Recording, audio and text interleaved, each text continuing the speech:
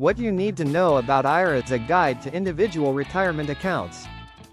Millions of Americans depend on individual retirement accounts, more commonly called IRAs, to help save for the future, i.e. retirement.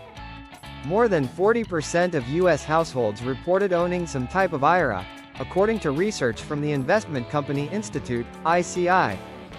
IRAs can help you save for retirement without the help of an employer plan. Let's unpack some of the most popular options. Traditional IRA. Established in 1974, Congress designed traditional IRAs to give people not covered by retirement plans or pensions at work a tax-advantaged savings plan, notes ICI. They were also designed to be a vehicle where employees who left a job could roll over funds from a 401k retirement plan into the IRA. With a traditional IRA, there are no income limits. In most cases, contributions are tax-deductible. The money you invest grows tax-deferred. Then, you'll pay taxes on the money when you withdraw in retirement.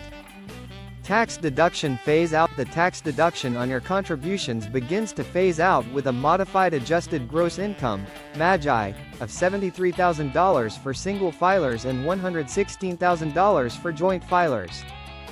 That means if you make more than that, you may be unable to take the full tax deduction. And if you make more than $83,000 for singles and $136,000 for joint filers*, you can't take a deduction. People in higher tax brackets sometimes choose a traditional IRA if they think they'll be in a lower tax bracket when they retire.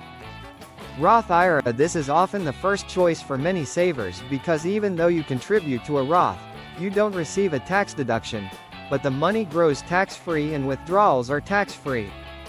Depending on how you're invested, and how the market performs, your money has the potential to grow exponentially, which can represent a huge tax boon.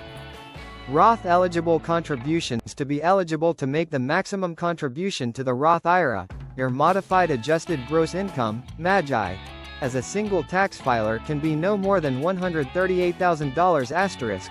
For joint filers it's $218,000. At that point, you can make a partial contribution until you hit an adjusted gross income of $153,000* for singles, and $228,000* for joint filers, at which point the right to contribute phases out entirely. Spousal IRA. What if you're married and not earning an income? If you have an income-earning spouse, and file joint tax returns, you can contribute to retirement, in your name, using what's called a spousal IRA. Here's the deal: the working spouse contributes on behalf of the spouse who isn't earning income. The limits on contribution and income are the same as they are for traditional and Roth IRAs. And, if you're self-employed. For small business owners or self-employed, there are two IRAs to consider. Simple IRA. This stands for Savings Incentive Match Plan for employees.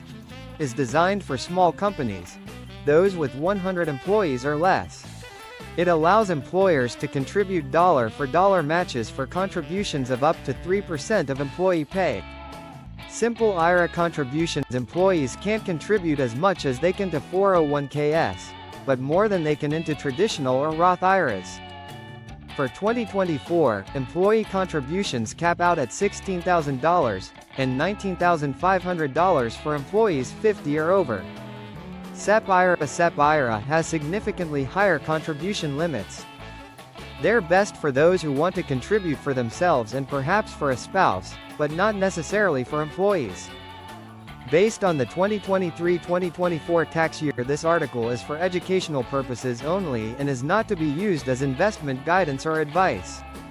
For financial and tax advice for your situation, consult a financial or tax advisor. For current tax information, visit irs.gov. We really appreciate your time. If you like the video, don't forget to hit the like button and subscribe.